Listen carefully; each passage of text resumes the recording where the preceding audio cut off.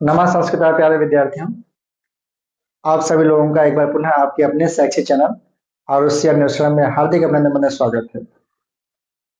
आइए आज की इस क्लास में हम सभी लोग यूपी बोर्ड कक्षा 10 संस्कृत विषय के संस्कृत पद ट्यूशन पर आधारित महत्वपूर्ण बहुविकल्पी प्रश्नों को देखते हैं, जो आपकी परीक्षा के लिए बहुत ही उपयोगी सिद्ध होने वाले हैं। तो आइए अब विलंब शुरू करते हैं आज की क्लास और पढ़ते हैं संस्कृत पद ट्यूशन से बनने वाले सभी बहुविकल्पी प्रश्नों को जो प्राय परीक्षा में पूछे जाते हैं। हाँ, संस्कृत पद ट्यूशन को पढ़ने से पहले कल का हम लोगों ने जो क्लास किया था, पिछला क्लास, उसमें 2-3 प्रश्न स्किप हो गए थे, छूट गए थे। एक बार उस पर चर्चा कर लेते हैं आप सभी लोगों से। तो उसमें एक प्रश्न होगा, नीति सार कैसा ग्रंथ है? ठीक है, तो कैसा ग्रंथ है? नीति संबंधी ग्रंथ है। नीति सार नीति संबंधित ग्रंथ। ठीक है, इसको ध्यान दीजिएगा। और एक प्रश्न उसमें था, नीति द्विषष्टिका किसकी रचना है? सुंदरदास की। किसकी रचना है? सुंदरदास की। तो नीति सार नीति संबंधी ग्रंथ है और नीति द्विषष्टिका सुंदरदास की रचना है। और अगला प्रश्न उसमें छूट गया था और कि साइबेरिया प्रांत किस देश में स्थित है? तो कहां पर है ये? रूस में है। साइबेरिया प्रांत आपका रूस में पड़ता है और साइबेरिया प्रांत से शीतकाल में वहां के जो पक्षी है घाना पक्षी विहार भरतपुर में आते हैं। तो साइबेरिया प्रांत से पक्षी घानापुर पक्षी विहार में कब आते हैं? शीतकाल में। ये 3-4 प्रश्न कल छूट गए थे, स्किप हो गया था, तो इसको आप लोग देख लीजिएगा। नीति सार नीति संबंधित ग्रंथ है। नीति द्विशतिका सुंदरदास जी की रचना है। साइबेरिया प्रांत रूस में है और शीतकाल में वहां से पक्षी घाना पक्षी विहार भरतपुर जो राजस्थान में है वहां पर आते हैं। ठीक है, आइए शुरू करते हैं आज की क्लास और देखते हैं संस्कृत पद ट्यूशन से बनने वाले सभी प्रश्नों को। तो प्रत्येक पार्ट से जितने प्रश्न बन सकते हैं सब बनाया गया है, इसके बाहर कुछ भी नहीं आएगा, इतना भरोसा रखिए आप लोग। पहला प्रश्न है, द्रोणाचार्य कस्मिन गोत्रे उत्पन्ना बभूव? आचार्य द्रोणाचार्य जी किस वंश में उत्पन्न हुए थे? कश्यप, अंगिरस, वत्स या वशिष्ठ? तो आप सभी लोग पढ़े होंगे कि किस गोत्र में उत्पन्न हुए थे? अंगिरस गोत्र में उत्पन्न हुए थे। ठीक है, इन्हें अंगिरा ऋषि भी कहा जाता है। तो द्रोणाचार्य के गोत्र का नाम था अंगिरस। ठीक है, इसीलिए द्रोणाचार्य को अंगिरस गोत्र में उत्पन्न होने के कारण अंगिरा ऋषि भी कहा जाता है। दूसरा प्रश्न है, लक्ष्य वेद परीक्षा इति पाठ महाभारतस्य कस्मात् पर्वणः उद्धृतः?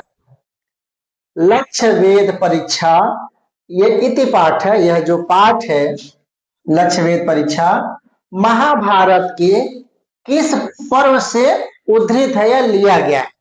तो आप सभी लोग जानते हैं कि महाभारत के लेखक महर्षि वेद व्यास जी हैं और महाभारत में कुल 18 पर्व हैं। ठीक है, आदि, सभा, वन, विराट, उद्योग, भीष्म, ऐसे सब उसमें 18 पर्व हैं। तो ये जो लक्ष्य वेद परीक्षा आपका जो आपके सिलेबस जो पढ़ना है, यह महाभारत के आदि पर्व से उद्धृत है, जिसमें सभी जो कौरव पांडव जो राजकुमार रहते हैं वो आचार्य द्रोणाचार्य से गुरुकुल में शिक्षा ग्रहण कर रहे होते हैं। इसमें कथा कहानी है। तो कहां से लिया गया है? आदि पर्व से लिया गया है। अगला प्रश्न है, द्रोणाचार्य लक्ष्य वेद परीक्षार्थ सर्वप्रथम केन अकथयत? द्रोणाचार्य जी ने लक्ष्य वेद परीक्षा के लिए सर्वप्रथम किससे कहा या किसकी परीक्षा ली? तो सर्वप्रथम किससे कहते हैं? जो पांडव में सबसे बड़े थे, जो पांडव के बड़े भ्राता थे, युधिष्ठिर। तो सर्वप्रथम युधिष्ठिर की परीक्षा ली जाती है और इनसे पूछा जाता है कि आपको इस वृक्ष, गिद्ध, हंस और इस सभी भाइयों में से आप किसे देख रहे हो? तो युधिष्ठिर क्या जवाब देते हैं कि मैं आपको, भाइयों को, वृक्ष को, गिद्ध को, सभी को देख रहा हूं, जो कि लक्ष्य वेदने के लिए पर्याप्त शब्द नहीं है। क्योंकि लक्ष्य भेदने के लिए भाई आपका एक जगह ध्यान होना चाहिए, वो सबको देख रहे थे तो द्रोणाचार्य को तिरस्कृत करके हटा देते हैं। तो सर्वप्रथम किससे बात किए थे? युधिष्ठिर से, लक्ष्य भेद के विषय में। अगला प्रश्न है, आचार्य दृढ़ केसाम अविज्ञातम लक्ष्य भूतम उपाधीश।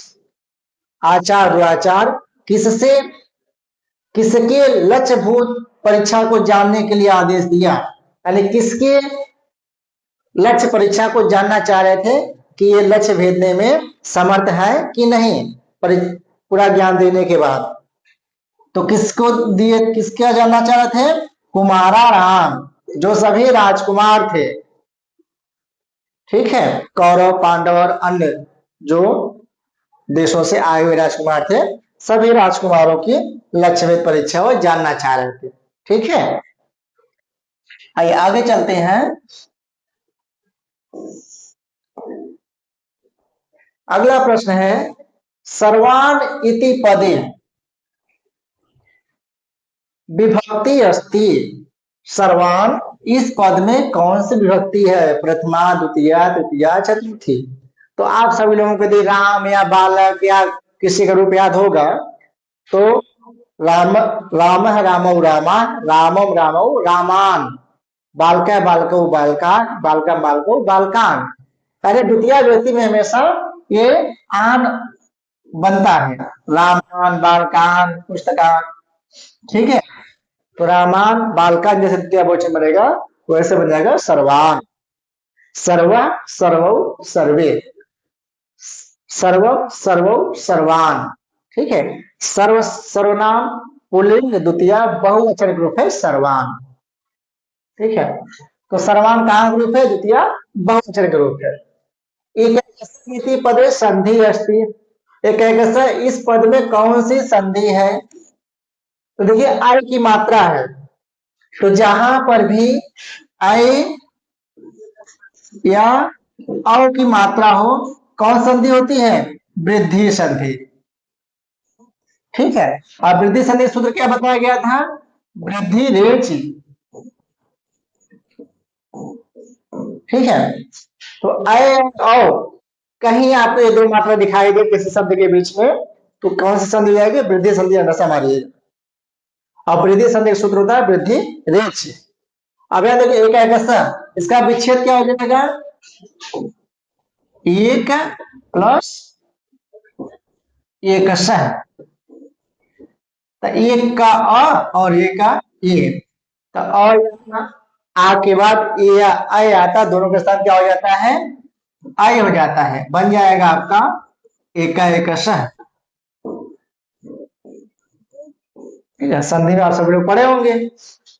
तो एक कौन संधि है? वृद्धि संधि है। ठीक है, दूसरा ऑप्शन इसका बिल्कुल सही हो जाएगा। किसी शब्द के ऊपर ए आय की मात्रा तो वृद्धि संधि होगा। इसका विच्छेद क्या हो जाएगा? एक प्लस एक स, एक अ प्लस आय हो जाएगा। अगला प्रश्न है, महाभारत इति महाकाव्य से रचयिता कह। महाभारत इस महाकाव्य के रचयिता या लेखक कौन है? तो महाभारत लेखक कौन है? वाल्मीकि, वेद व्यास, कालिदास, भारवी। तो महाभारत लेखक है महर्षि वेद व्यास। ठीक है, वाल्मीकि ने क्या लिखा है? रामायण लिखा है जिसमें 7 कांड हैं, राम सीता कहानी है। वेद व्यास ने लिखा महाभारत जिसमें 18 पर्व है, कौरव पांडवों की पूरी कहानी उसमें है। कालिदास ने 7 ग्रंथ लिखे हैं, 3 नाटक, 2 महाकाव्य, 2 खंड का, पिछले क्लास हम देखे थे। अब भारवी ने लिखा है क्या था? जूनियर। ठीक है, जिसमें 18 सर्ग हैं, जिसके नायक आपके अर्जुन है, प्रतिनायक शिव जी हैं, और वीर रस प्रधान महाकाव्य है, नायिका द्रौपदी है। ठीक है, अगला प्रश्न है, कह प्रहर ज्ञाने जिज्ञासु। शस्त्रों की ज्ञान की जिज्ञासा किसे हुई? शस्त्रों के बारे में कौन जानना चाह रहे थे? कि जो हमारे राजकुमार है जिनको मैंने शिक्षा दीक्षा दिया वो शस्त्र विद्या में निपुण हुए कि नहीं हुए?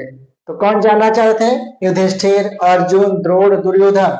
तो वह जो गुरु होगा वही जानना चाहेगा ना। तो कौन गुरु थे? आचार्य द्रोण, जिनका पूरा नाम है द्रोणाचार्य। क्लियर है? आइए आगे चलते हैं।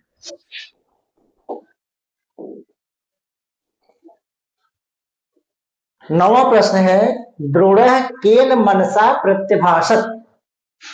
प्रत्यभाषत, द्रोणाचार्य किस मन से बोले? द्वेष मना, दुग्धम अप्रीत मना, न द्वेष मना, प्रीत मना।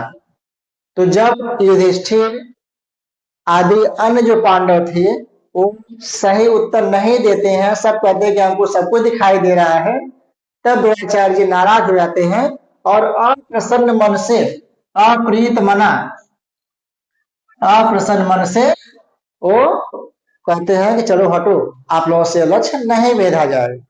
ठीक है, तो किस मन से बोले थे? अप्रीत मना, अप्रसन्न होकर के।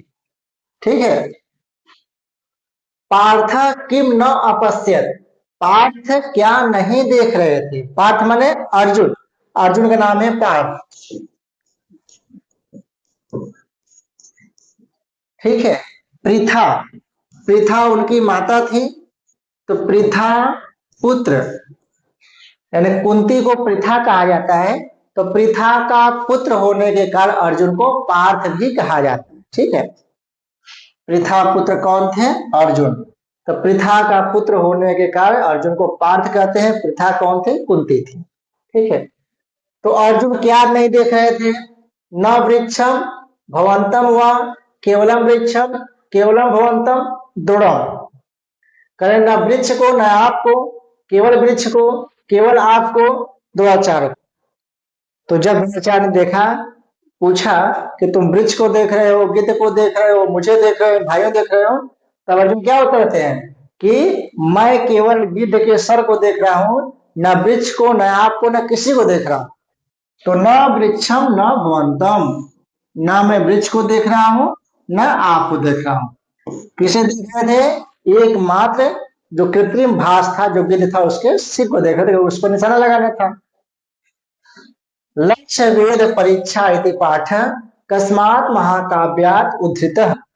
लक्ष्य वेद परीक्षा, यह जो पाठ है वो किस महाकाव्य से उद्धृत है? ठीक है, तो कहां से लिया गया? रामायण, रामायण से, महाभारत से, नरसिंहचरितम से या फिर शकुंतल से? तो कहां से लिया गया है? महाभारत से। और महाभारत के वो भी आदि पर्व से लिया गया है। ठीक है, द्रोणाचार्य युधिष्ठिरम अकथयत यत्, द्रोणाचार्य युधिष्ठिर से कहते हैं कि तुम किम पश्यसि, तुम क्या देख रहे हो? तो युधिष्ठिर क्या जवाब देते हैं? वनस्पति भाषम भ्रातृ सर्वाणी। युधिष्ठिर कहते ना कि मैं इस वनस्पति यानी वृक्ष को देख रहा हूँ, इस गिद्ध को देख रहा हूँ, अपने भाइयों को भी देख रहा हूँ, आपको भी देख रहा हूँ, तो सर्वाणी। तो जब ऐसा उत्तर देते हैं तब द्रोणाचार्य को फटकार लगाते हैं, चलो हटो यहां से, तुमसे लक्ष्य नहीं वेधा जाएगा। क्योंकि कोई भी लक्ष्य वेधने के लिए क्या आवश्यक होता है? एकाग्रता, ध्यान एक जगह रहेगा तभी कोई लक्ष्य, कोई उद्देश्य आप प्राप्त कर पाएंगे। ठीक है, समझ में आ रहा होगा आप लोगों को? ठीक है, कोई समस्या हो तो कमेंट में बताइएगा आप लोग। आगे चलते हैं, और यह जो वीडियो बन रहा है आप लोगों के लिए, तो कक्षा 10 में पढ़ने वाले जितने भी छात्र हैं, विद्यार्थी हैं, खासकर जो संस्कृत लिए हैं, आप लोगों के जितने मित्र मंडली होंगे, सबको ये वीडियो पूरा भेजिए, ताकि संस्कृत विषय प्रति जो बच्चों में डर है, जो भय है, वो दूर हो सके और संस्कृत में 100% नंबर बच्चों का आ सके। ठीक है, कर भला तो हो भला, दूसरे का भला करेंगे तो निश्चित रूप से आपका भला होगा। तो कोई पैसा लगने वाला नहीं है। आप आपके जितने मित्र हैं सबको भेजिए, सब पढ़ें, सब अच्छा नंबर लाए। और इसके बाद संस्कृत अभी हम लोग गले पर पढ़ रहे हैं, फिर पूरा संस्कृत विषय जितने प्रश्न बनते हैं सभी गद्य पद व्याख्या अनुवाद सब कुछ पढ़ेंगे, पूरा संस्कृत पाठ्यक्रम पढ़ेंगे हम लोग, जो परीक्षा के लिए उपयोगी है। और उसके बाद फिर अन्य विषय का भी शुरुआत करेंगे। ठीक है, तो सर्वप्रथम जितने भी आपके मित्र हैं सबको वीडियो भेजिए। यूपी बोर्ड के हर बच्चे के पास ये वीडियो पहुंचना चाहिए। ठीक है, जो भी हाई स्कूल 9, 10, 11, 12 पढ़ने वाला बच्चा सबके पास भेजिए। मेरे लिए नहीं, संस्कृत भाषा के लिए, संस्कृत भाषा को जागरूक करने के लिए, संस्कृत भाषा प्रति बच्चों में रुचि जागृत करने के लिए। ताकि अधिक से अधिक बच्चे संस्कृत पढ़ें और इसमें सफलता प्राप्त करें। ठीक है, अगला प्रश्न है, भारद्वाजानुसारम की न श्रीवंती न च पश्यन्ति। भारद्वाज ऋषि के अनुसार की न श्रीवंती, कौन नहीं सुनते हैं, और न च पश्यन्ति, और कौन नहीं देखते हैं। ठीक है, तो ये जो दो भारद्वाज और भृगु में जो संवाद था, भृगु ऋषि और भारद्वाज शिष्य में, तो वहां से उस पाठ से प्रश्न है।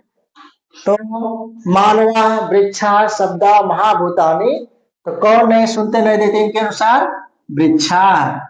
कहते हैं जो वृक्ष है वो न देखते हैं न सुनते हैं, तो वृक्ष चेतन कैसे हो गए, वृक्षों में चेतनता नहीं, अपना तर्क देते हैं।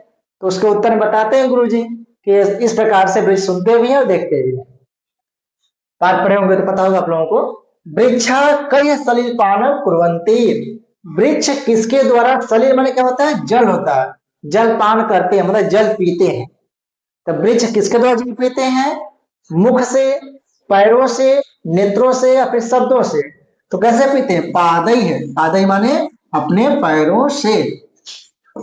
वृक्ष किससे जल पीते हैं, अपने पैरों से जल पीते हैं। ठीक है, भूतानि केभ्य संभवम यान्ति, जो भूत माने जो पंचभूत होते हैं वो किससे उत्पन्न होते हैं, तो महाभूतों से। भूतानि सॉरी, जो भूतानि में सभी प्राणी हैं, सभी जीव जो प्राणी हैं वो किससे उत्पन्न होते हैं, तो पंच महाभूतों से। महाभूत माने पंच महाभूत, जिसमें पृथ्वी है, ठीक है, जल है, अग्नि है, वायु है, ठीक है, और आकाश। पृथ्वी जल अग्नि वायु आकाश, ये क्या है, ये पंच महाभूत है। इन पंच महाभूतों से सभी प्राणियों की उत्पत्ति होती है। हमारा जो शरीर है, शरीर को पंच भौतिक कहा गया है। क्षिति जल पावन गगन समीरा, पंच तत्व से बना शरीरा, ऐसी कहावत भी है। तो क्षिति जल पावक गगन समीर यानी पृथ्वी जल अग्नि वायु और आकाश, ये पांच तत्व मिलकर के हमारा शरीर बनता है। तो वही प्रश्न पूछा गया है कि भूतानी केभ्य संभव यान्ति, सभी प्राणी किससे उत्पन्न होते हैं, तो किससे उत्पन्न होते हैं, महाभूतेभ्य, पंच महाभूतों से। पंच महाभूत कौन कौन से हैं, ये पंच महाभूत आपके सामने हैं। ठीक है, इन्हीं से सब प्राणियों की उत्पत्ति होती है। अगला प्रश्न है, ये सब दर्शन का विषय है, फिर इतना आप लोग जानते रहिए, आप लोग इतना पर्याप्त है। कस्य मार्ग नास्ति, किसका मार्ग नहीं है, भूतस्य वृक्षस्य अदृष्टे आरोग्यस्य, तो अदृष्ट का मार्ग नहीं है। ठीक है, अदृष्टे मार्गम नास्ति। ठीक है, आइए आगे चलते हैं।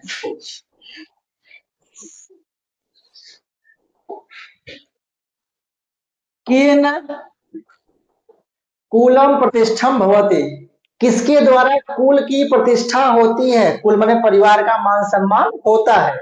मात्रा पित्रा पुत्र सुपुत्र, तो किसके द्वारा परिवार का मान सम्मान प्रतिष्ठा होते हैं, माता से, पिता से, पुत्र से, सुपुत्र से।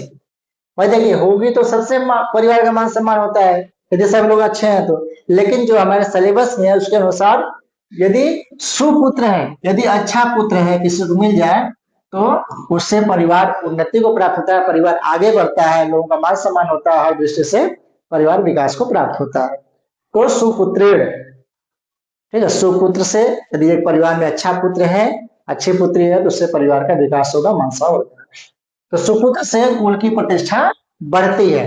ठीक है, तो आपको भी यदि अपने परिवार की प्रतिष्ठा मान सम्मान बढ़ाना हो भैया, अपना यश बढ़ाना हो, तो अच्छा नागरिक, अच्छा पुत्र बनने की कोशिश कीजिएगा। ठीक है, व्याधि प्रतिक्रियत्वाद कफ इंद्रिय से प्रमाणम गृह्यते, व्याधि प्रतिक्रियत्वाद कस इंद्रिय से प्रमाणम गृह्यते। श्रोत्र, श्रोत्र, रसना, त्वग और घ्राण, तो इसका क्या उत्तर हो जाएगा, रसना। रसना माने क्या होता है, रसना जो स्वाद लेता है, तो स्वाद कौन लेता है, कौन टेस्ट बताता है, जीवा आपकी। जीवा यदि ना हो तो जितने भोज्य पदार्थ सभी बे, बेवजह, उसका कोई मतलब नहीं रह जाएगा, क्योंकि टेस्ट कौन बताती है, जीवा। ठीक है, तो पूरा मजा यही देता है भोजन भोज्य पदार्थ का। तो व्याधि प्रतिकृतवाद कस इंद्रिय से प्रमाणित कहते हैं। कौन सी इंद्रिय इसको ग्रहण करती है, तो रसना इसका सिर हो जाएगा। ठीक है, रसना में क्या होता है, जिह्वा, जो रस को बताया, जो रस को ग्रहण करे। पृथ्व्याम कति रत्नानि संति, पृथ्वी पर कितने रत्न हैं, द्वे त्रीणि चत्वारि पंच। तो पृथिव्याम त्रिरत्नानि संति, जलम अन्नम सुभाषितम। पृथ्वी पर तीन ही रत्न हैं, जल, अन्न और सुंदर वचन। मूढ़ पाषाण खंडेशु रत्न संज्ञा विधीयते, जो मूर्ख लोग होते हैं वो पत्थर के टुकड़ों को, हीरा मोती सोना चांदी इत्यादि को रत्न की संज्ञा देते हैं, अर्थात उसे रत्न मानते हैं। जबकि वास्तविक रत्न क्या है, जल, अन्न और सुंदर वचन। क्योंकि इन कृत्रिम आभूषणों के बिना भी हम जी सकते हैं, हमारा जीवन चल सकता है, लेकिन जल ना हो, खाने के लिए अन्न ना हो, और बोलचाल में अच्छी भाषा ना हो, तो जीवन संभव है ही नहीं है। पानी के बिना आप 2-3 दिन मर जाएंगे, खाना ना खाने से हफ्ते भर जाएंगे, मर जाएंगे। ठीक है, तो जल, अन्न और सुंदर वचन, इनके बिना जीवन संभव है ही नहीं। तो वास्तविक रत्न हमारे यही हो गए। जो मूर्ख लोग होते हैं वो क्या कहते हैं, हीरा मोती सोना चांदी पीछे भागते रहते हैं और उसे ही रत्न मानते हैं।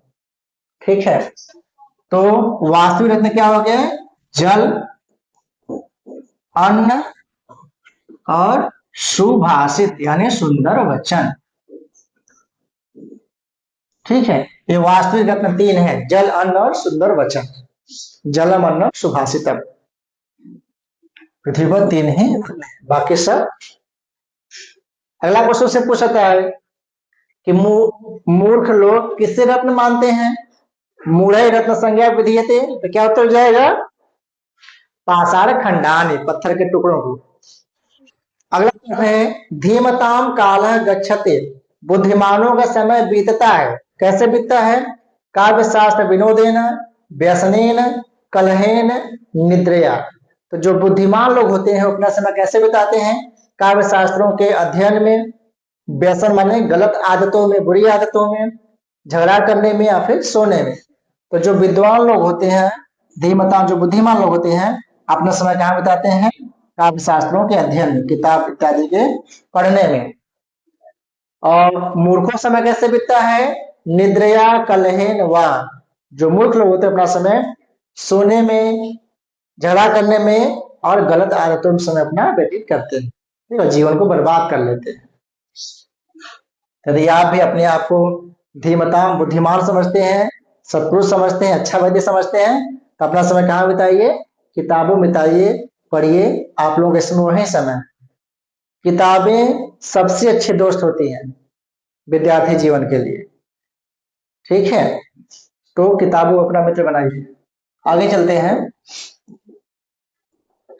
मूर्खाणाम कालः गच्छति, मूर्खों का समय बीतता है, व्यसनेन, कलहेन, निद्रया, निद्रया एतेषु सर्वेषु, इन सभी में। तो किसमें होता है, मूर्खों समय इन सभी में जाता है, गलत आदतों में, झगड़ा करने में और फिर सोने में, इन सभी मूर्खों समय व्यतीत होता है। कह पुत्र पुत्र भवति, कौन पुत्र पुत्र होता है, यानी किस पुत्र को अच्छा पुत्र कहा जाता है, क्या पंडित मंडल अग्रणी, जो विद्वानों की सभा में आगे रहता हो, याचक दुख हारणी, जो याचकों को दुखों को दूर करने वाली हो, अच्युत भक्ति कारी, जो भगवान विष्णु में भक्ति पैदा करने वाली हो, न कोई भी नहीं। तो कौन सा पुत्र पुत्र होता है, पुत्रो यह पंडित मंडल अग्रणी, वही पुत्र है जो विद्वानों की सभा में हमेशा आगे रहता हो, बढ़ चढ़ कर भाग लेता हो, हमेशा वाद विवाद करता हो। अब कैसी लक्ष्मी लक्ष्मी होती है, याचक दुख हारी, जो याचकों के दुखों को दूर कर सके, वही धन धन है। और सा विद्या, वही विद्या वास्तविक विद्या है जो अच्युत शक्ति भक्तिकारी, जो भगवान विष्णु में भक्ति पैदा करने वाली हो, अनुराग उत्पन्न करने वाली हो। ठीक है, ये सब पढ़े थे, हम लोग आए थे। आगे चलिए। पुरुषस्य सततम भूषणम किम, पुरुष का निरंतर रहने वाला आभूषण क्या है? केयूरा माने बाजूबंद, वाघभूषण वाणी रूपी आभूषण, विलेपनम लिपापोती करना, श्रृंगार करना, कुसुमम फूल। तो वो था ना कि छियंते खलु भूषणानि, सभी आभूषण निश्चित रूप से नष्ट हो जाते हैं। सततम वाघ भूषण भूषण, लेकिन वाणी रूपी आभूषण हमेशा रहने वाला है। तो पुरुष का निरंतर आभूषण कौन है? वाघ भूषण, वाणी रूपी आभूषण। ठीक है, क्योंकि केवड़ा बाजूबंद सोना चांदी है, आदमी तो कल नष्ट हो जाएगा। विलेपनम अभी लगाए, श्रृंगार किए, घंटे 2 घंटे 4 घंटे, एक दिन बाद खत्म। ठीक है, फूल लगाए, 4 घंटे बाद मुरझा गया। तो ये सभी जो अन्य आभूषण सब क्या क्षणिक है, चिरस्थायी नहीं है, कुछ पल के लिए आपको खूबसूरत बनाने वाले हैं। लेकिन यदि आपके पास अच्छी वाणी है तो आप सदैव खूबसूरत रहेंगे। ठीक है, इसलिए व्यक्ति को हमेशा मीठा बोलने की कोशिश करना चाहिए, कटु नहीं। मूढ़ पाषाण खंडेशु रत्न संज्ञा विधीयते, मूढ़ खंडों पत्थर के टुकड़ों को रत्न मानते हैं या उसे आभूषण मानते हैं। कह रहे हैं कि सुक्ति उदितो अस्ति, यह सुक्ति कहाँ से उद्धृत है, किस पाठ से लिया गया है? तो कहां से? सुक्ति सुधा नामक पाठ से यह सुक्ति ली गई है। यह सुक्ति कहां से? तो सुक्ति सुधा से है।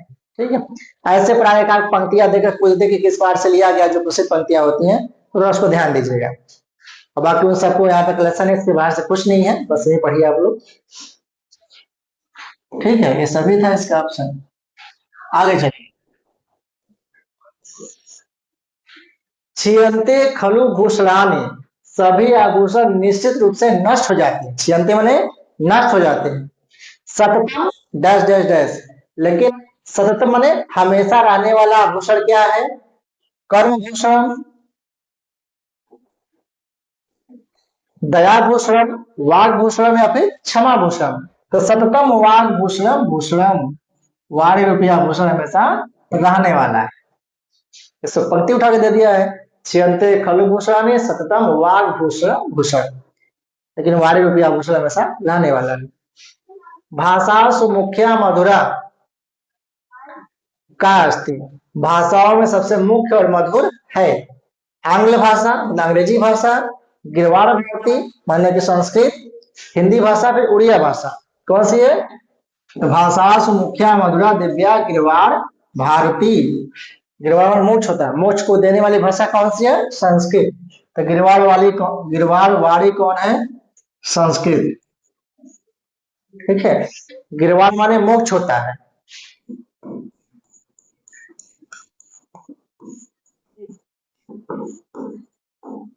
गिरवाड़ माने मोक्ष, तो मोक्ष दायनी भाषा कौन है? संस्कृत। और मोक्ष क्या होता है? जीवन के आवागमन से मुक्ति। ऐसा माना जाता है कि व्यक्ति मरता है, फिर जन्म लेता है, फिर मरता है, फिर जन्म लेता है, बार बार एक क्रम चलता रहता है और बार बार व्यक्ति दुख भोगता रहता है। तो मोक्ष उस चीज का नाम है, गिरवाड़ उस चीज का नाम है जो कि व्यक्ति को सदा के लिए इस जन्म के आवागमन के चक्र से सदा के लिए मुक्त हो जाता है और परमात्मा में लीन हो जाता है। ठीक है, उससे सदा के लिए मुक्ति मिल जाती है, दुखों से छुटकारा उसे मिल जाता है। तो भाषा में मुख्य मधुर कौन है? संस्कृत यानी गिरवाड़ भारती। खलु भूषणानि सततम वाग भूषण भूषण, सुक्ति कस्मिन पाठस्य अस्ति, यह सुक्ति किस पाठ का है? तो सुक्ति किस पाठ का है? यह सुक्ति सुधा, गीतामृतम, सुभाषितानि, विद्यार्थी चर्या। तो कहाँ है यह? सुक्ति सुधा। ठीक, अगला प्रश्न है, वाणी कम समलम करोति, वाणी किसे सुशोभित करती है, किसे विभूषित करती है? पशुओं को, सर्पों को, पुरुषों को, न पशु को न सर्प को। तो किसे विभूषित करती है? पुरुष को। संपूर्ण सृष्टि प्रक्रिया में, संसार की सृष्टि की रचना में एक पुरुष ऐसा धन्य प्राणी है जिसे वाणी रूपी आभूषण मिला है, जो अपनी बात को, अपने विचार को दूसरे तक अवगत कर सकता है, बता सकता है, दूसरे बातचीत कर सकता है। ठीक है, अन्य जीव जंतु में ऐसी बात खूबी नहीं है। इसलिए जो मनुष्य है वो अन्य प्राणियों से भिन्न, अलौकिक और श्रेष्ठ माना जाता है। संसार की सबसे उत्कृष्ट रचना होती है मनुष्य, ऐसा माना जाता है। तो क्या है वो? वाणी ही हमको अन्य पशुओं सबसे सबसे अलग करती है, सब विभूषित करती है। इसलिए हमको वाणी पर विशेष ध्यान देना चाहिए अपने व्यवहार पर। आइए आगे चलते हैं। भाषासु मुख्या मधुरा गिरवार भारती। तो भाषासु मुख्या मधुरा दिव्या गिरवार भारती। भाषाओं में मुख्य, मधुर, दिव्य और मोक्ष को देने वाले कौन? संस्कृत। यहाँ पे क्या क्या भरा जाएगा? दिव्या। दिव्य माने अलौकिक, देवताओं की भाषा, देववाणी है संस्कृत। ठीक है, तो दिव्या माने अलौकिक, दिव्य देवताओं की भाषा कौन है? संस्कृत। तो भाषा सुमुख्या मधुरा दिव्या गिरवाण भारती। विविध बोध बुधई का से व्यते। विविध बोध बुधई माने विभिन्न प्रकार का ज्ञान रखने वाले, अर्थात विद्वानों के द्वारा किसकी सेवा की जाती है? लक्ष्मी की, पार्वती की, विदुषी या फिर सरस्वती। तो सरस्वती माने विद्या का सेवन किया जाता है। विविध बोध बुधई सरस्वती सेव्यते। विद्या का सेवन करते हैं जो बुद्धिमान लोग होते हैं, व्यर्थ के लफड़े में नहीं पड़ते हैं। कान तितिक्षेत अतिवादान, अति क्रुद्धान, अति उदारान, अति मूर्खान। जो क्रोधी व्यक्ति होता है इसका कई व्यक्ति को भरोसा नहीं करना चाहिए, ये सबसे खतरनाक होते हैं। ठीक है, जो पल भर में क्रुद्ध हो, पल भर में प्रसन्न हो। और जो क्रोधी व्यक्ति होता है वो किसी के अपने नहीं होते हैं, किसी का आत्मा नहीं होता। न चंद्रकोपा नाम आत्मीय भुभुजा। निधि सत्र में कहा गया है कि क्रोधी राजा का कोई आदमी नहीं होता, कभी भी किसी को हानि पहुंचा सकता है। तो इस प्रकार जो क्रोधी होते हैं वो किसी के अपने प्रिय नहीं होते। कस्य बुद्धि चलती, किसकी बुद्धि चलती है? ठीक है, तो सक्तस्य, सक्तस्य बुद्धि चलती। जो समर्थ व्यक्ति होता है उससे बुद्धि चलती है। ठीक है, तो सक्तस्य इसका शब्द हो जाएगा। आइए आगे चलते हैं। मोह जाल विवर्धिनी का अस्थि। मोह जाल को बढ़ाने वाली, माया को बढ़ाने वाली कौन है? नीति, गीति, भक्ति है, बुद्धि। तो मोह मोह जाल विवर्धिनी बुद्धि अस्थि। सब बुद्धि का तो गेम है, यही तो सब माया जाल फैलाती है। ठीक है, तो बुद्धि इसका शब्द हो जाएगा। सर्वे समुच्चया संति। सर्वे सभी, समुच्चया जो उन्नति को प्राप्त होते हैं उनका क्या होता है? पतन। तो सर्वे समुच्चया पतनांत संति। जिनकी उन्नति होगी वो पतन उनका निश्चित है। इसलिए व्यक्ति को ज्यादा आकाश में नहीं उड़ना चाहिए, धरातल पर रहना चाहिए, जमीन से जुड़े होना चाहिए। ठीक है, कुछ लोग थोड़े से सामर्थ्यवान हो जाने पर, थोड़ा सा धन दौलत हो जाने पर अपने आप को एकदम सबसे अलग कर लेते हैं कि हमें सब शक्तिमान है, सब कुछ है। ठीक है, तो ऐसा नहीं है, व्यक्ति को हमेशा धरातल से जुड़े होना चाहिए। सुखा वहा नास्ति। सुखा वहा नास्ति, सुख पूर्वक जीवन जीने का साधन नहीं है। दाक्ष्य माने उदारता, अशौचम माने अपवित्रता, धृति माने धैर्य, और अव्यसनीयता माने गलत आदत न पालना। तो क्या है? अशौचम। भाई शौच मन होना चाहिए ना, शौच माने पवित्र, पवित्रता होनी चाहिए, तभी आप सुख जी सकते हैं। अब मन में कलुषा, ईर्ष्या, द्वेष भरा हुआ है तो कहाँ आप सुखपूर्वक जी पाएंगे? तो सुखपूर्वक जीने के साधन क्या है? शौचम है, यहाँ पे अशौचम दिया मतलब अपवित्रता दिया है, तो ये इसका राइट आंसर है कि सुखा वहा नास्ति, सुखपूर्वक जीने का साधन नहीं है तो अशौचम ये नहीं। बाकी उदारता होनी चाहिए, धैर्यशाली होना चाहिए, और अव्यसनीयता होनी चाहिए, और शौच माने पवित्रता होनी चाहिए। यहाँ अशौचम दिया गया। मरणांतम ही जीवितम। जीवन का अंतिम सत्य क्या है? मृत्यु है। ठीक है, मरण अंतम जीवितम, जीवन का अंतिम सत्य क्या है? मृत्यु है। सुक्ति अस्ति, यह सुक्ति कहाँ की है? तो शांति सौख्यम। ठीक है, यह सुक्ति यहाँ की है। गीता मितम विद्यार्थी चर्या अपेक्षा चित्तम शांति सौख्यम, तो शांति सौख्यम की सुक्ति है। ठीक है, थोड़ा सा जो पंक्तियां पूछे तो ध्यान दीजिए किस पार्ट का कहाँ से है, ऐसा का आपका साबु परीक्षा आ सकता है। ठीक है, तो कहाँ की है, मरांतम विजेतम।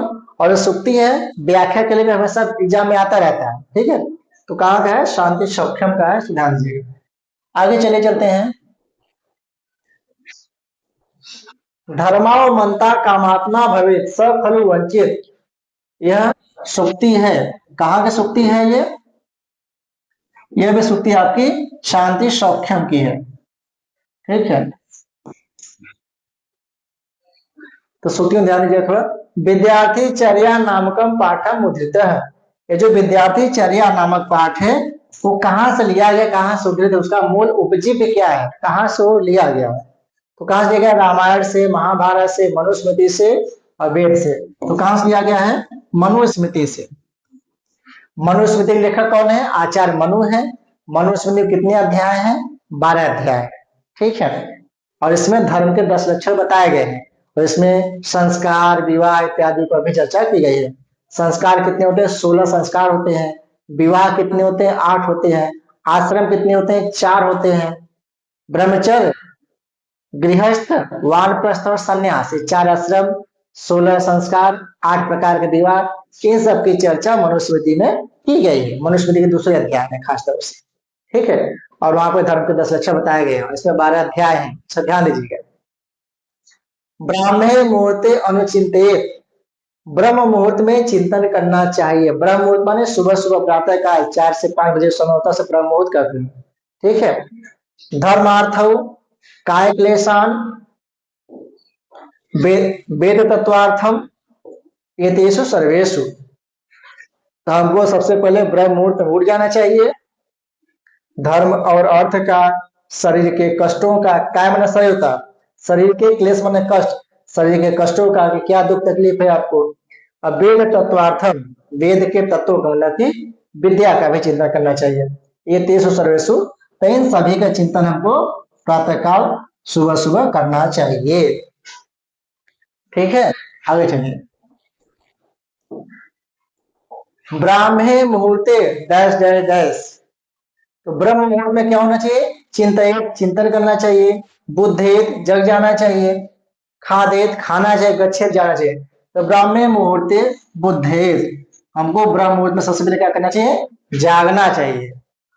ब्रह्म मुहूर्त माने 4 से 5 जो समय होता है, 3 बजे के बाद, 4 बजे, 4:30 बजे, 5 बजे से ब्रह्म मुहूर्त, मतलब प्रातः काल होने से पहले जो समय होता है। आगे चलिए। सतम और साढ़े जीवती, कौन 100 वर्षों तक जीता है, तो विचारवान, धनवान, विद्यावान, सदाचारवान नर। तो सदाचारवान नर सतम और साढ़े जीवती, ठीक है। आयुर्विद्या यशो बलम, जो वृद्धों की सेवा करता है ऐसा सदाचारी व्यक्ति 100 वर्ष तक जीता। तो क सतम और साढ़े जीवती, सदाचारवान, जो सदाचारी व्यक्ति होता है, जो लोगों की सेवा सत्कार शुश्रूषा करता है, ठीक है। आगे चलते हैं।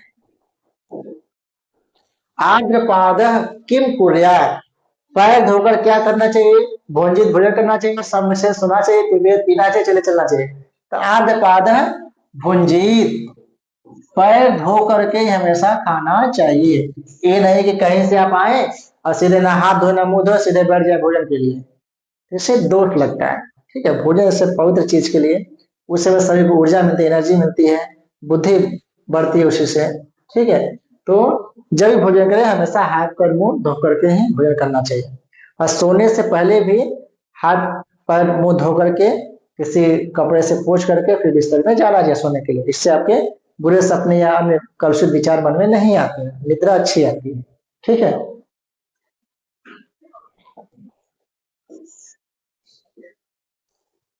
आत्मवशम सर्वम किम, जो अपने अधीन है ऐसा सब कुछ क्या है, तो सर्वम आत्मवशम सुखम, जो अपने अधीन है वही सब क्या है, सुख है। और जो दूसरे के अधीन वो क्या है, सब दुख है। तो व्यक्ति स्वतंत्र है, अपने अधीन तो ससुर सुखी है। यदि आप दूसरे के अधीन है, गुलाम है, दूसरे के कर्जदार है, तो क्या है, दुख का कारण है। तो सर्वम आत्मवशम, जो सब कुछ अपने अधीन होना सुख है, ठीक है।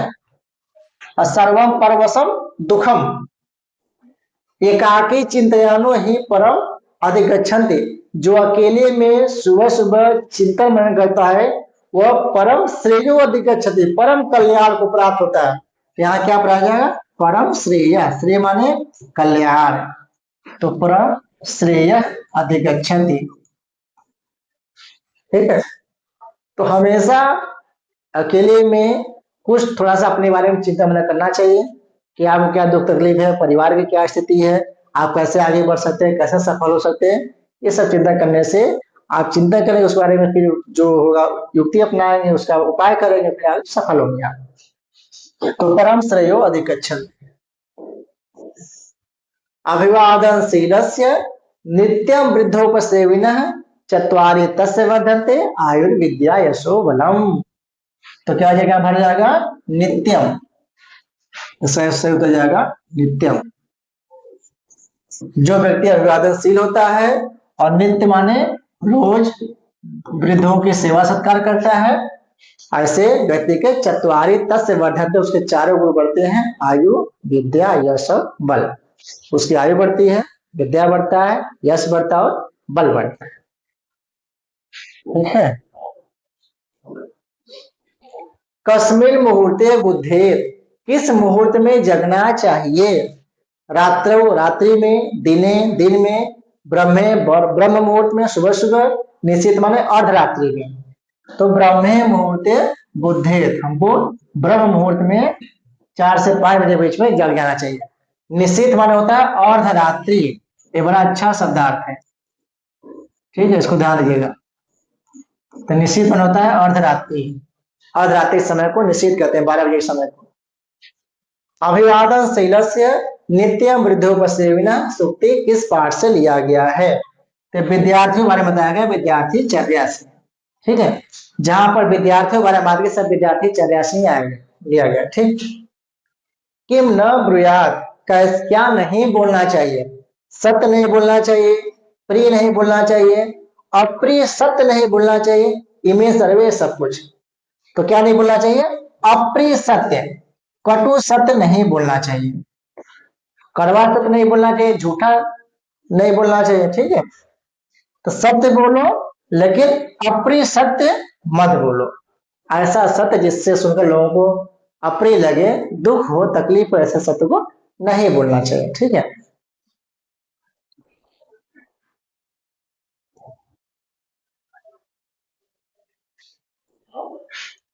अविज्ञाते जलाशय किम न करणीयम, अविज्ञात जलाशय में क्या नहीं करना चाहिए?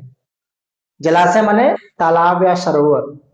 अविज्ञात, जिसके बारे में आपको पता न हो कि कितना गहरा है, अंदर मगरमच्छ तो नहीं इसमें रहते हैं, ठीक है, अंदर कहीं पत्थर पहाड़ इत्यादि तो नहीं है, ठीक है, ताकि हम कूदे और हमको चोट लग जाए और राम नाम सत्य हो जाए।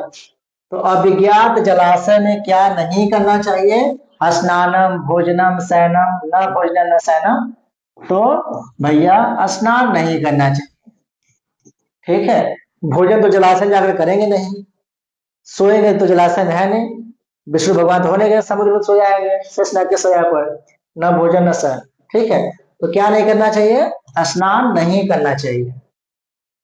सर्वम परवशम दुखम सर्वम आत्मवशम सुखम, सुक्ति किस पाठ से उद्धृत है? सर्वम परवशम दुखम, वह सब कुछ जो परवश दूसरे के अधीन क्या है? दुख है। और जो सर्वम आत्मसम सुखम, जो सब कुछ अपने अधीन है वही सुख है। तो दूसरे के अधीन रहना दुख है, अपने अधीन रहना सुख है। सुक्ति किस पाठ से उद्धृत है? तो विद्यार्थी चर्या से उद्धृत।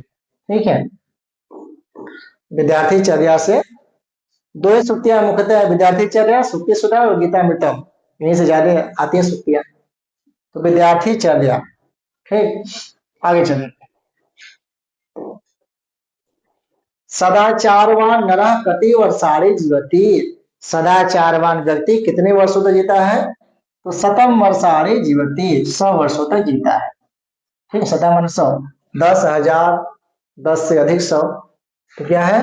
शतम वर्षाणि जीवति। ब्राह्मे मुहूर्ते बुद्धे, ब्रह्म मुहूर्त में उठ जाना चाहिए और चिंतन करना चाहिए किसका? धर्म अर्थ का, काय क्लेश का, वेदार्थ तत्वों का, एतेषु सर्वेषु, तो इन सभी का।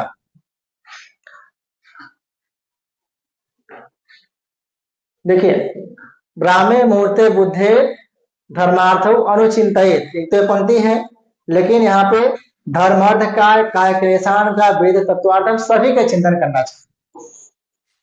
क्यों होता जाएगा? इन सभी का चिंतन करना चाहिए। ब्रह्म मुहूर्त मुड़ करके धर्म अर्थ का काय के शरीर के कष्टों का, वेदार्थ का अपने वेद के तत्वों का, विद्या का, पुस्तकों का अध्ययन करना चाहिए, सीखना चाहिए, इन सभी का चिंतन करना चाहिए। न वासो भी महाजस्रम जलाशय, ठीक है। तो महाजस्रम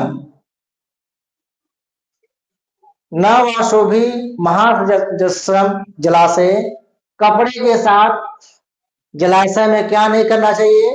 मतलब लंबे समय तक स्नान नहीं करना चाहिए। न ज्ञाते न विज्ञाते जाते अज्ञाते, तो न अविज्ञाते, अविज्ञात जलाशय में लंबे समय तक, सॉरी, अविज्ञात जलाशय में स्नान नहीं करना चाहिए।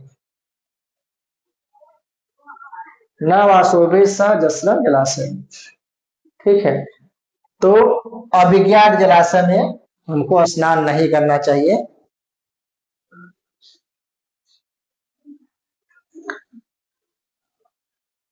मनुस्मृत धर्म से कति स्वरूपा वर्णिता, मनुस्मृति में धर्म के कितने स्वरूप वर्णित हैं? तो बताएं कि दशकम धर्म लक्षण, धर्म के 10 लक्षण या स्वरूप बताए गए हैं। कहा? मनुस्मृति में। मनुस्मृति लेखक आचार्य मनु, इसमें 10 अध्याय है। ठीक, आगे चलिए। केन योग उच्यते, योग किसे कहते हैं? संगम त्यक्त्वा सिद्धि सिद्धि समो भूत्वा योगस्थ कुरु कर्माणि समत्व में योग उच्यते, इन सब में समता का भाव रखना ही योग है। योगा किम उच्यते, कहा जाता है समत्व में योग उच्यते।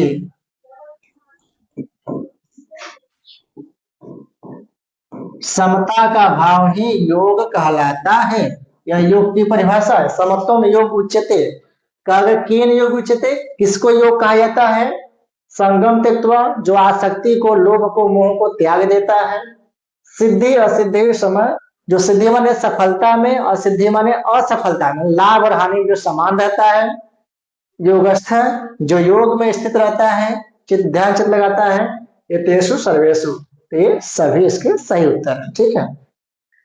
केन प्रकार कर्म कुर्यात्, किस प्रकार से कर्म करना चाहिए, कार्य करना चाहिए?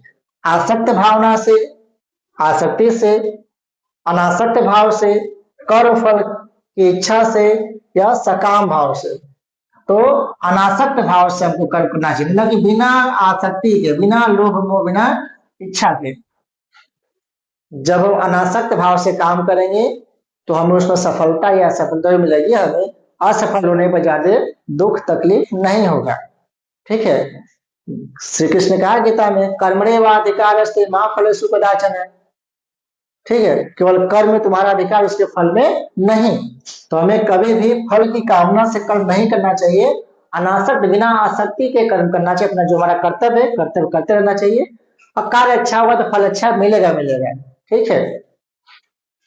आगे ये पुरुष विनश्यति, किस प्रकार के पुरुष का नाश हो जाता है? कौन पुरुष नष्ट हो जाता है? अज्ञ वाले जो मूर्ख होता है, अश्रद्धान है जो अश्रद्धालु होता है, संशय आत्मा जो जिसकी आत्मा संशय में होती है, एतेषु सर्वेषु, ये सभी। तो संशय अज्ञ है, अश्रद्धान है, संशय आत्मा, इस सभी प्रकार के पुरुषों का नाश हो जाता है। ठीक है। वैसे इसका सबसे सही उत्तर तो संशय आत्मा, जो हमेशा संशय में आता है, संशय आत्मा विनश्यति ऐसी पढ़ती भी है, लेकिन आपके यहाँ पे अज्ञ जो मूर्ख होते हैं, अश्रद्धान जो श्रद्धालु नहीं होते, जो श्रद्धावान नहीं रहते हैं, और संशय आत्मा जिनकी बुद्धि हमेशा संशय में रहती है, ऐसे सभी प्रकार के व्यक्तियों का अंत में पता हो जाता है। इसका चौथा उसका सही उत्तर। ठीक है। किताबों में कहेंगे एक प्रश्न कुछ उत्तर मिस्टेक दिया हुआ है, तो उसको आपको सही करना चाहिए। आगे चलते हैं। किम त्यक्त्वा सिद्धि और सिद्धियों समभूत्वा योगस्थ कर्माणि कुरु, क्या त्याग करके सफलता और असफलता में समान होकर के योग में स्थित होकर के कर्माणि कुर्यात्, कर्म को करना चाहिए। तो संगम त्यक्त्वा, गीता में हुआ है, संगम त्यक्त्वा सिद्धियो सिद्धियो समो भूत्वा योगस्थः कर्माणि कुर्यात्। तो संगम माने आसक्ति होता है, ठीक है। लोभ और मोह को त्याग करके सफलता असफलता में समान भाव करके योग में स्थित होकर के कर्म करना चाहिए। तुम कर्म कुरु, तुम कर्म कर करो, अनियत नियतम शास्त्र विरुद्धम अहितम। तुम नियतम कर्म करो, तुम निश्चित रूप से अपना कर्म करो। व्यक्ति को निश्चित रूप से अपना कर्म करना चाहिए, उसका फल कुछ भी मिले। अकर्मणः ज्यायः किम, अकर्मणः, कर्म न करने से, ज्याय माने श्रेष्ठ क्या है, तो कर्म न करने से अच्छा क्या है भैया, कर्म करो, ठीक है। केवल बैठकर सोचते रहने से कुछ होने वाला है, इससे अच्छा है कर्म करो, कुछ तो होगा।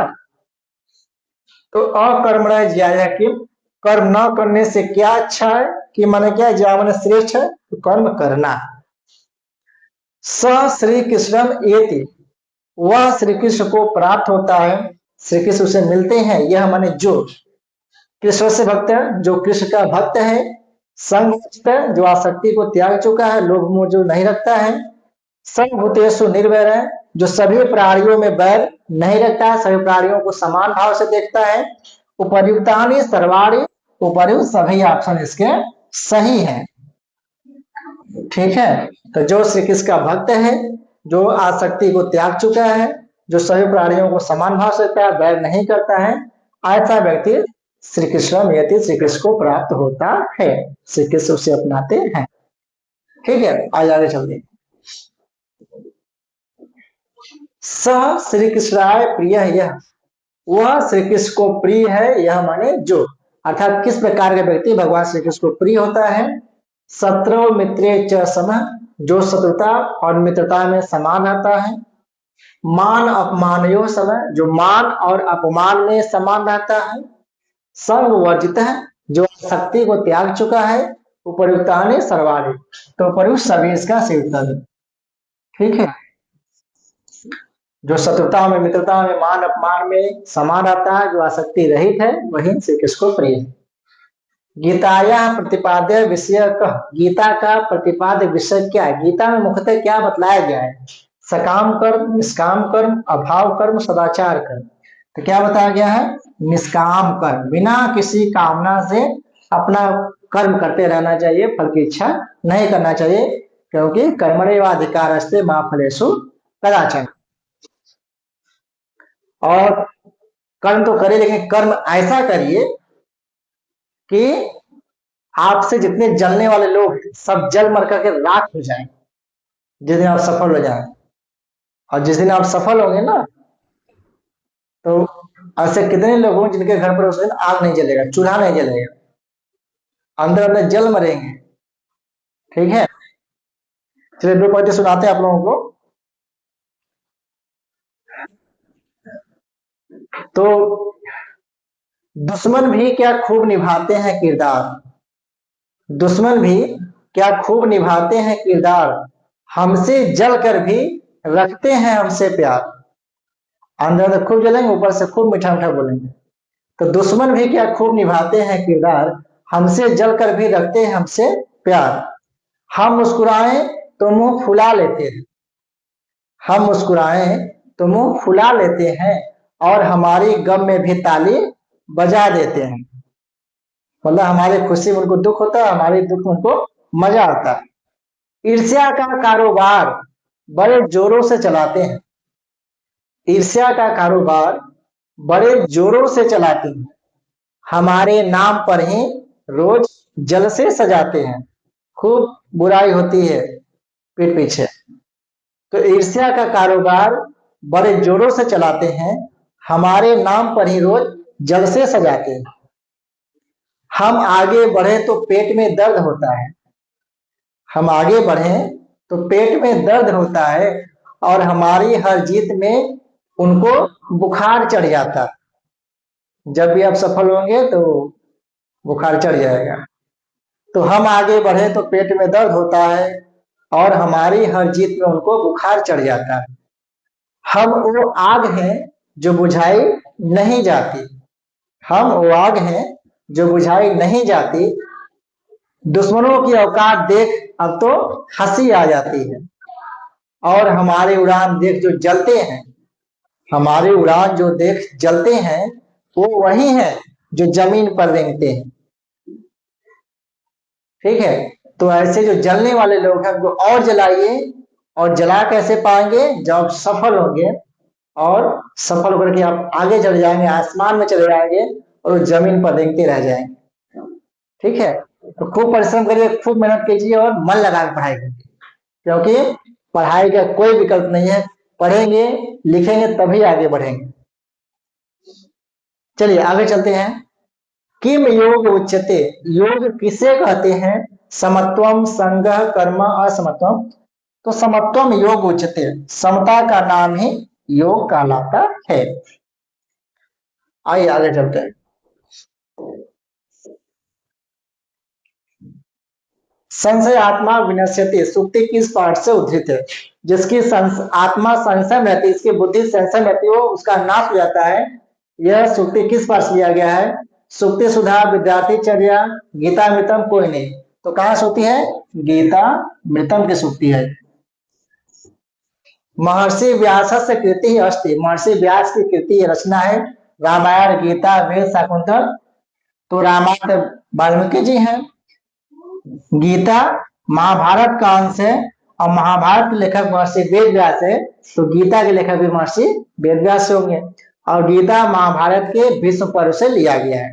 ठीक है, किस पर्व से, भीष्म पर्व से, जो महाभारत का 6वां पर्व है, और महाभारत में कुल कितने अध्याय हैं, 18 अध्याय हैं, जिसमें 18 पर्व हैं, जिसमें गीता भीष्म पर्व से लिया गया है, और भीष्म पर्व क्या है, 6वां पर्व है।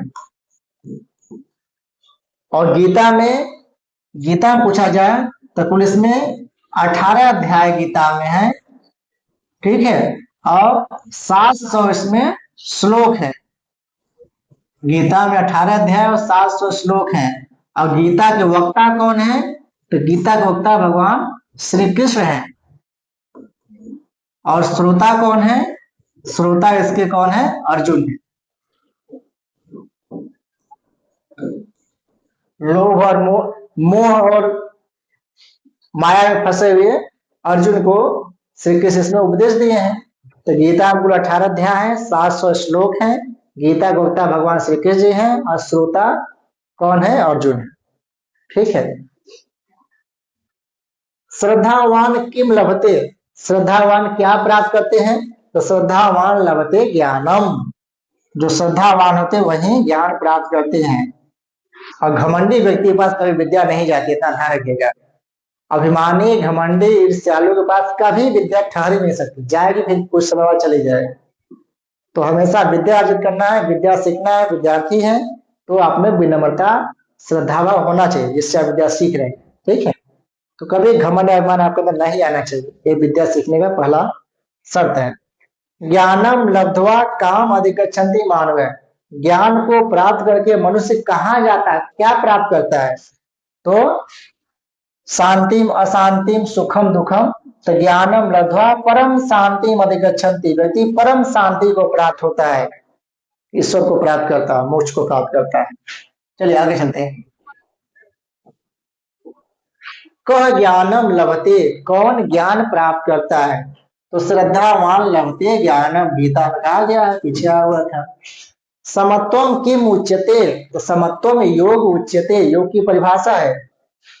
ठीक है, कि हर परिस्थिति में समान जो रहता है वही क्या, योगी कहलाता है, और वही योग है। सिद्ध सिद्ध समत्वम योग उच्यते, सुक्ति किस पाठ से उद्धृत है, तो गीता मृतम से लिया गया है।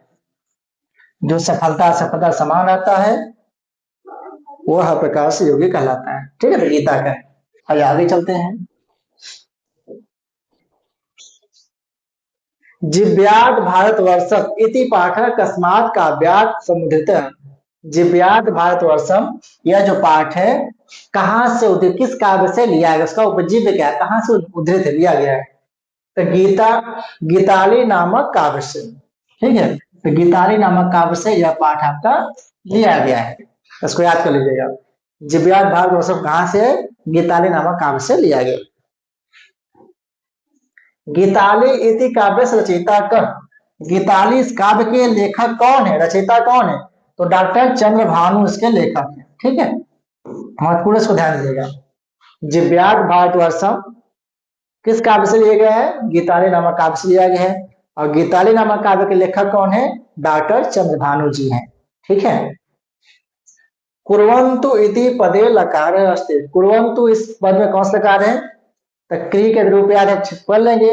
नहीं याद है, पठ के रूप याद है, पठतु पढ़ता पठंतु। तो हमेशा कहा है लोट लकार प्रथम पुरुष बहुवचन रूप है। कुर्वतु, कुर्वताम, कुर्वन्तु। ठीक है, तो लोट लकार प्रथम पुरुष बहुवचन में अंतु बनता है हमेशा। आइए आगे चलते हैं। सर्वे इति पदे विभक्ति अस्ति। तो सर्व, सर्वौ, सर्वे पुल्लिंग प्रथमा बहुवचन रूप है। तो कहाँ रूप है? प्रथमा का। ठीक, सर्व, सर्वौ, सर्वे प्रथमा बहुवचन रहेगा सर्वे। सर्वम, सर्वौ, सर्वान बनता है फिर द्वितीया में। ठीक है, तो प्रथमा रूप है। स्वाधीनम इति पदे संधि। स्वाधीन इस पद में कौन संधि है? तो स्व प्लस अधीन। ठीक है, बन गया है स्वाधीन। स्व का अ और अधीन का अ दोनों का क्या हो गया? आ हो गया है। ठीक, यहाँ पे आ हुआ है, तो अ प्लस आ कौन हो जाएगा? दीर्घ संधि हो जाएगा। तो स्वाधीनम इस पद में कौन संधि है? दीर्घ स्वर संधि है। भारतवर्ष से कह किरीट है। किरीट माने होता है मुकुट। भारतवर्ष का मुकुट कौन है? तो हिमगिरी, हिमालय पर्वत, जो भारत के उत्तर दिशा में स्थित है, उत्तर और पूरब लेकर के। ठीक है, तो हिमगिरी क्या है? भारत का मतलब हिमगिरी मतलब हिमालय। हिमगिरी, हिमालय का गिरी माने पर्वत होता है, तो हिम का पर्वत कौन है? हिमालय है। तो हिमगिरी भारत का मुकुट है। और कौन सा महासागर भारत का पैर होता है? तो नीचे कौन सा महासागर है? हिंद महासागर। ठीक है, भारत का पैर होता है। जो अरब सागर है, हिंद महासागर, इधर प्रशांत महासागर, फिर बंगाल खाड़ी है इसमें। तो भारत का मुकुट कौन है? हिमगिरी, हिमालय।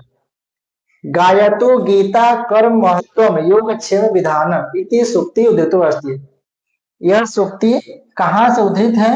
तो जिव्यात भारतवर्षम, भारतवर्ष की जो महिमा गाई गई है, ठीक है, यहाँ से सुक्ति लिया गया है।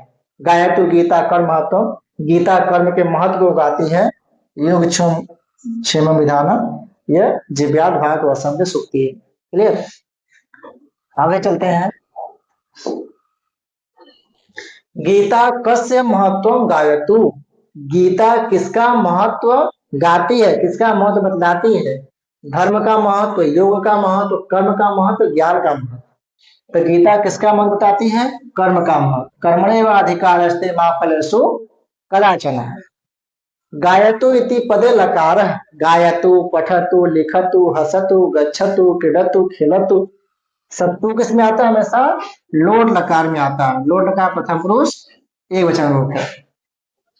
भूवि इति पदे विभक्ति अस्ति। भूवि पृथ्वी पर, में पर कहा जाएगा? सप्तमी। तो भूवि इस पद में कौन विभक्ति है? सप्तमी विभक्ति है। ठीक है, आगे है ओ संस्कृत कथानक कौमुदी अब आ गया। तो इस प्रकार से यह आपके पूरे कितने प्रश्न थे? 81 प्रश्न। पूरे 81 प्रश्न आपके संस्कृत पद ट्यूशन भाग से आपके सामने प्रस्तुत हुए। उम्मीद करते हैं सारे प्रश्न आपको समझ आए होंगे। इसको एक बार, दो बार, तीन बार देख लीजिए और अच्छे प्रकार से तैयार कर लीजिएगा। इसके बाहर एक भी प्रश्न परीक्षा नहीं आएगा। ठीक है, ये सभी प्रश्नों का संकलन यहाँ पे किया गया। ठीक, और वीडियो अच्छी लगे तो अपने सभी दोस्तों को, मित्रों को भेज दीजिएगा, ताकि आपके साथ और सबका भी भला हो सके और बच्चे संस्कृत प्रति रुचि उत्पन्न उनके अंदर, संस्कृत पढ़े और संस्कृत का प्रचार प्रसार हो। कोशिश ये रहे कि हर हाई स्कूल बच्चे के पास यह वीडियो होनी चाहिए, और संस्कृत का प्रचार प्रसार होना चाहिए। ठीक है, ये आप लोगों की जिम्मेदारी है। अपने सभी मित्रों को शेयर करिए और बताइए कि यहाँ से पढ़ सकते हैं, फ्री ऑफ कास्ट है, कोई पैसा नहीं लिया जाएगा आप लोगों से। ठीक है, और आगे जो भी पूरी तैयारी इसमें करवाई जाएगी आपको। ठीक, तो चलते चलते दो बात कहेंगे आप लोगों से, फिर मिलेंगे अगली क्लास में। इसको फिर संगीत कथन और कौमुदी को हम लोग अगली क्लास में देखेंगे। ठीक है, यहाँ से जो जो प्रश्न बन जाएंगे, इसमें 50-60 प्रश्न इसमें भी है, नाटक भाग से यहाँ से प्रश्न आता है। तो 2 लाइन कहते हैं, फिर विदा लेते हैं आप लोगों से, मिलेंगे अगली क्लास में। कहते हैं, थक कर मत बैठ, अभी कहानी बाकी है। ठीक है, थक कर मत बैठ, अभी कहानी बाकी है, सपनों की ऊंची उड़ान अभी बाकी है, मेहनत की पसीने से इतिहास लिखना अभी बाकी है। तो खूब मेहनत करिए, खूब परिश्रम करिए और खूब अच्छा नंबर पा करके बोर्ड परीक्षा में टॉप कर जाइए, ऐसे हमारी शुभकामना है। इन्हीं शुभकामनाओं से मिलते हैं आपसे अगली क्लास में। तब तक के लिए आप सभी लोगों को नमस्कार।